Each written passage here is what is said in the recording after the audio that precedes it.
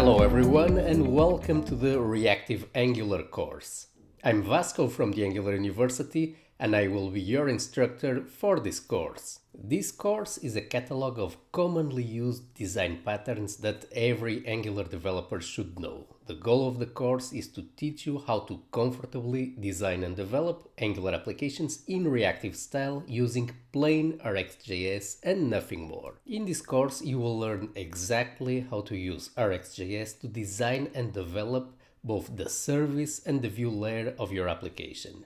You will understand in detail both the benefits and the pitfalls of adopting a reactive approach. Our general approach is going to be to teach you how to build Angular applications mostly in a stateless way, while adding some specific state management in the parts of our application that need it. Specifically, when it comes to state management, we can go very far just by using plain RxJS techniques without the need of introducing a third-party library for managing our application state, such as, for example, NGRX. These simplified state management techniques using plain RxJS are adequate and sufficient for a very large range of Angular applications, especially enterprise applications.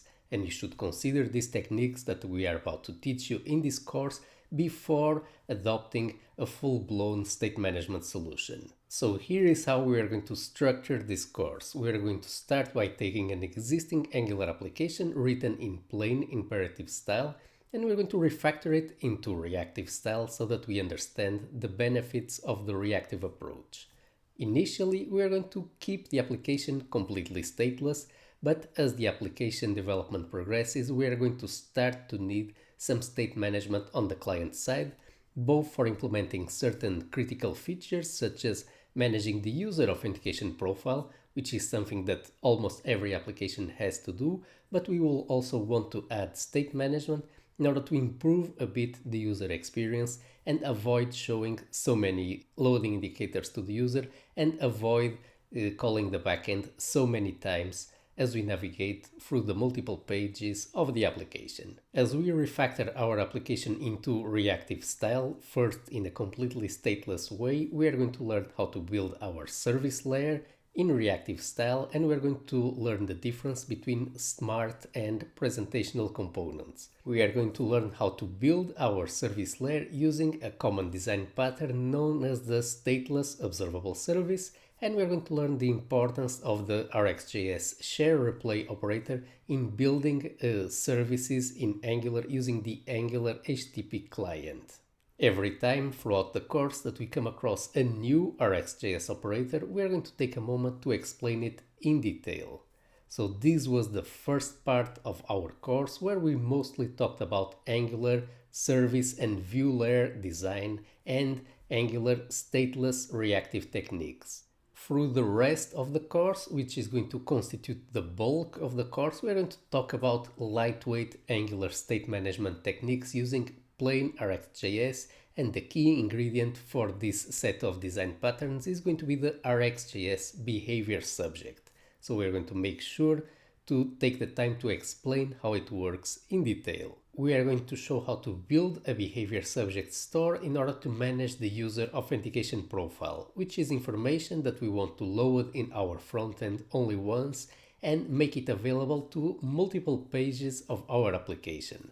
Let's remember that depending on the information available on the user profile, we might want to show or hide certain parts of our application to the user, depending on the fact that the user is logged in or not, or depending on the fact if the user is an administrator, for example.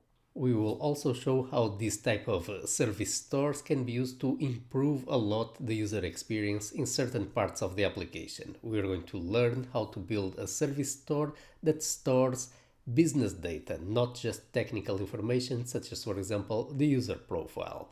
We will also learn how to use the behavior subject as a mechanism for inter-component communication. So we will see how this type of services can be used to have components at very different levels of the application tree to interact with each other in a decoupled way. We are going to give a couple of examples of this type of reactive decoupled communication between components by implementing some common use cases. We are going to show how to do error handling in our application by having different parts of our application display an error message to the user in a top messages panel just below our menu bar in a decoupled way. We are going to see how to implement a commonly used feature in any Angular application, which is going to be a loading indicator, which will be controlled by a service with a reactive API. We will also talk about other commonly used reactive design patterns, namely the master detail with cached master table. We are going to implement it step by step in a reactive way. At the very end of the course, after a consolidation exercise, we are going to talk about an important reactive design pattern for Angular applications, which is known as the single data observable pattern. That is going to help us to avoid a common Angular anti-pattern in our view layer, which is to nest multiple ng container tags inside each other just to access our reactive data. At the very end of the course, we're going to show how easy it is to convert an application written in reactive style in order to use Angular on-push change detection if necessary, which is an optimized Angular change detection mode that does not tend to work very well with applications written in imperative style, but works particularly well for Angular applications written in reactive style. In summary, with this course you are going to learn everything that you need to know in practice in order to design and build Angular applications in reactive style. You are going to learn how to keep your application mostly stateless. You are going to learn how to design and develop both the service layer and the view layer in a reactive way, and you are going to learn how to use lightweight state management techniques at specific parts of your application in order to improve the user experience and implement certain key use cases that absolutely need state management. So I hope that you will enjoy the course. I want to thank you for watching. If you have any issues or questions, comments about the course, please let me know in the comment section below. And without further ado, let's get started learning Reactive Angular together.